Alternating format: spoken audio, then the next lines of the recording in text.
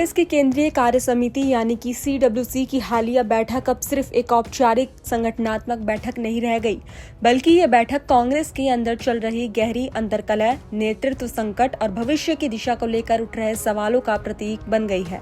इस बैठक में कांग्रेस के तमाम बड़े चेहरे मौजूद थे। राहुल गांधी, सोनिया गांधी, पार्टी अध्यक्ष मल्लिकार्जुन खड़गे, दिग्विजय सिंह, अशोक गहलोत जैसे वरिष्ठ नेता।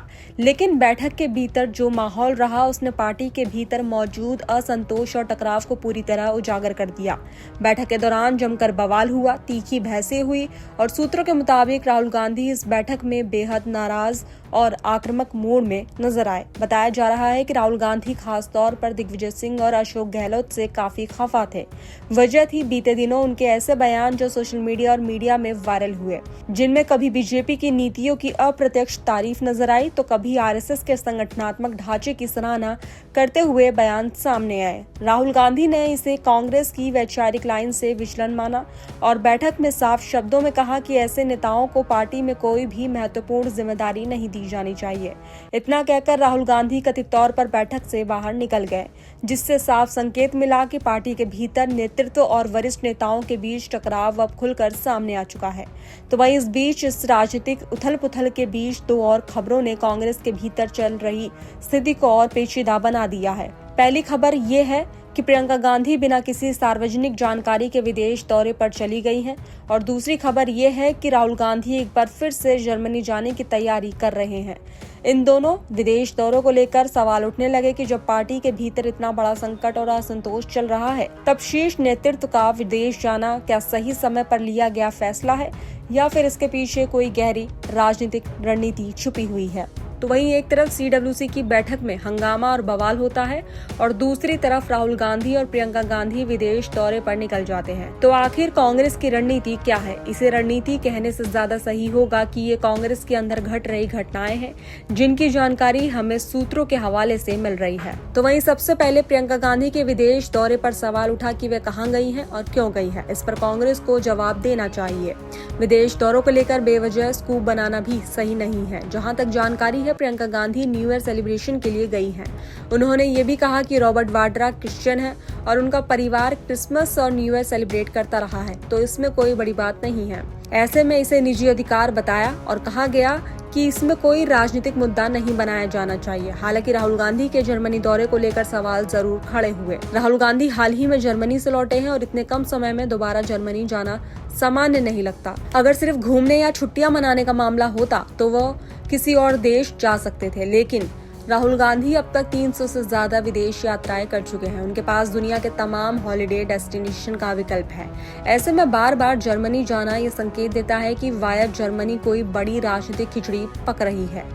हालांकि ये नहीं पता कि राहुल गांधी किससे मिल रहे हैं, क्या बातचीत कर रहे हैं। शायद पार्टी के भीतर भी बहुत से लोगों को इसकी जानकारी नहीं है। तो वहीं CWC की बैठक में कर्नाटक में दलित मुख्यमंत्री की मांग, संगठन को मजबूत करने की बात और वरिष्ठ नेताओं की भूमिका को लेकर खुलकर बहस हुई।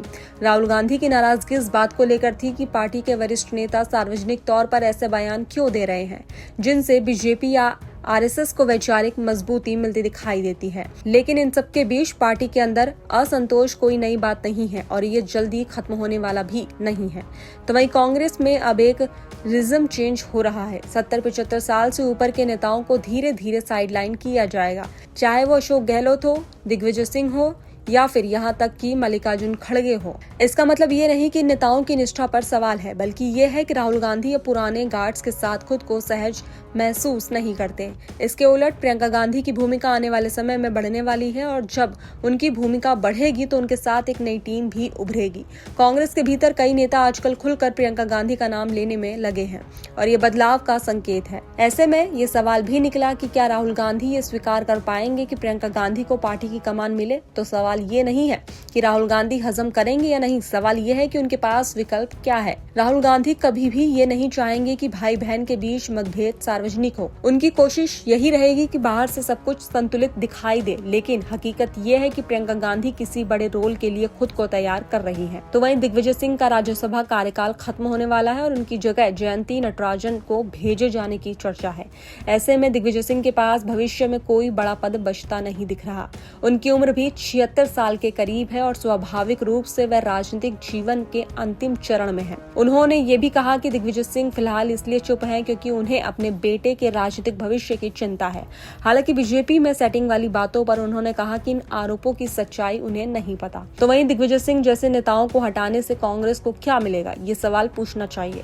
दिग्विजय सिंह 2 बार मुख्यमंत्री रहे हैं, फिर भी कांग्रेस के लिए प्रज्ञा ठाकुर जैसी अपेक्षाकृत जूनियर नेता के खिलाफ चुनाव लड़ने को तैयार हो गए, ये जानते हुए कि वे हार सकते हैं। उनकी कांग्रेस के प्रति निष्ठा पर सवाल नहीं उठाया जा सकता।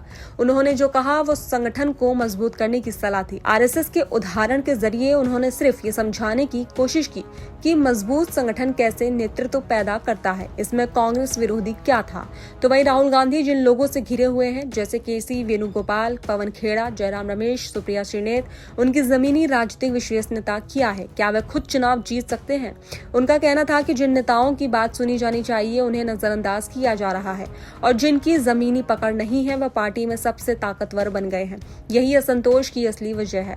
तो वहीं अंत में सीडब्ल्यूसी की बैठक के बाद कांग्रेस पर इसका क्या असर पड़ेगा, तो उनका जवाब था कि कुछ नहीं। कांग्रेस के पास फिलहाल कोई ठोस विकल्प नहीं है, लेकिन अगर पार्टी को वाकई फायदा चाहिए तो प्रियंका गांधी की भूमिका बढ़ानी होगी। उन्होंने प्रियंका गांधी को राजनीतिक रूप से ज्यादा शार्प, एक्टिव और संतुलित बताया और कहा कि वह कांग्रेस के मूल चरित्र, थोड़ा राष्ट्रवादी, थोड़ा समाजवादी को बेहतर तरीके से समझती है। तो वहीं राहुल गांधी 30 साल से राजनीति में हैं और जो साबित करना था कर चुके हैं। जो व्यक्ति 30 साल में पार्टी को आगे नहीं बढ़ा सका वो अगले 5 साल में कोई चमत्कार करेगा, इसमें उन्हें संदेह है। ऐसे में राहुल गांधी राजनीति से ज्यादा विदेशों में सहज महसूस करते हैं और एक अलग तरह के नैरेटिव वॉरफेयर में उलझे हुए हैं। तो कुल मिलाकर सीडब्ल्यूसी की ये बैठक कांग्रेस के अंदर चल रही गहरी खींचातान का आईना है। राहुल गांधी की नाराजगी, वरिष्ठ नेताओं की बेचैनी, प्रियंका गांधी की बढ़ती भूमिका और विदेश दौरों को लेकर उठते सवाल, ये सभी संकेत देते हैं कि कांग्रेस आने वाले समय में एक बड़े बदलाव के दौर से गुजरने वाली है।